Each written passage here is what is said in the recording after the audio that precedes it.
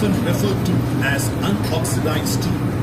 The initial step of green tea manufacture is activating the enzymes of the plucked green leaf through steaming, which applies slight heat to the tea leaf, controlling oxidation process. That contains polyphenols, amino acids, enzymes, vitamins, carbohydrates, minerals, and volatiles.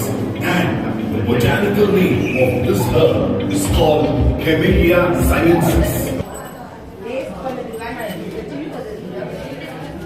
11 tea ఒకటి తీసుకున్నా.